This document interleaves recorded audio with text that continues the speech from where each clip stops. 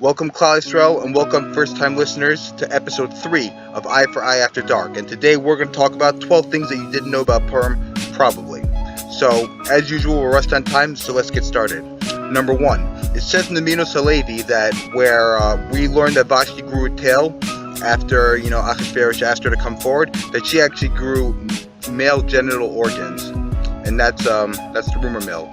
Number 2, did you know that Bigsan and Seresh were actually related to Vashti? That's the truth. They were angry about Achashverosh murdering her. They were angry that he went off and married Esther. Their actual plan was to kill Achashverosh, then to kill Esther and make it look like it was a suicide, and to frame her for the murder of Achashverosh. That's the truth. Number 3, in honor of the 3rd episode. Did you know that Haman was a barber? Do you need a haircut? No? Okay, just checking. Number 4. So the rumor mill has it that Haman's wife was actually a swinger, and she actually had a lot of male boyfriends, and not only that, but Haman actually knew about it. So this just goes to show some of the weird things going on with Haman. Number 6, Achashverosh threw a party, and his real plan was not only to have Vashti dance around naked, but it was to actually have fornication with her in public in front of everybody. So it was more than just, oh, let's get naked. It was more.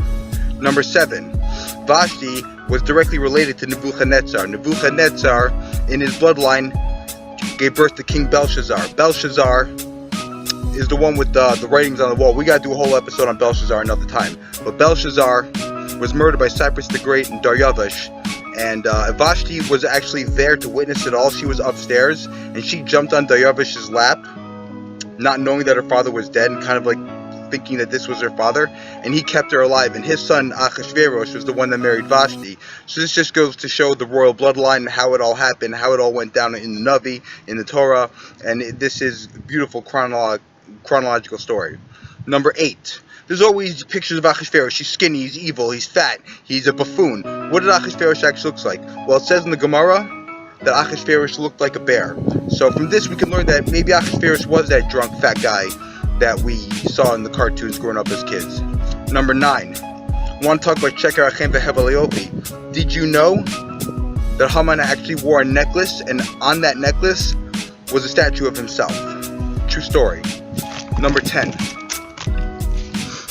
there's a rumor going around that not only was Vashti killed, but her head was actually chopped off and put on a platter and shown in front of everybody. That's the rumor mill.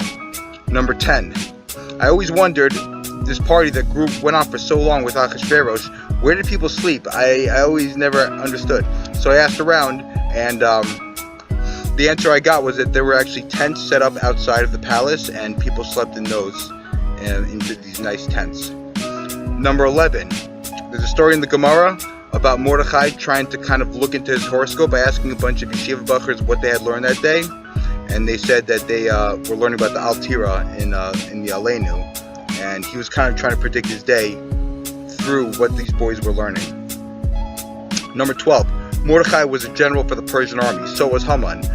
They were on the battlefield, and they had separate units that they were trolling. And Haman's team ran out of food. So he begged Mordechai for food. And Mordechai said, if I'm going to give your people food and feed them, then you're going to have to work for me. So this is the story of how Haman ended up being a slave to Mordechai for a little while. And this is the origination of that story.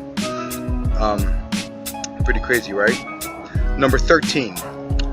This is a true story. Believe it or not, and this is a doozy, Mordechai actually nursed Esther the way a woman would nurse a child. I know, it makes no sense. I don't understand, especially because Purim is a story where there's no open miracles. But this is the story, and take it for what it is. Number 14. Mordechai actually lived to be almost 400 years old, because we know that Mordechai died shortly before the destruction of the second Beis Hamikdash. So from this we can learn that Mordechai actually lived to hundreds and hundreds of years old, and he did not die as soon as that Purim story ended. He far outlived Esther and Achashverosh. So anyway, that's 12 things that you may not have known about Purim, and I'm thinking about doing a number 2. So show your like, show your support, show your shares, and let's get this out to the world. Okay? I'm Yisrael Chai.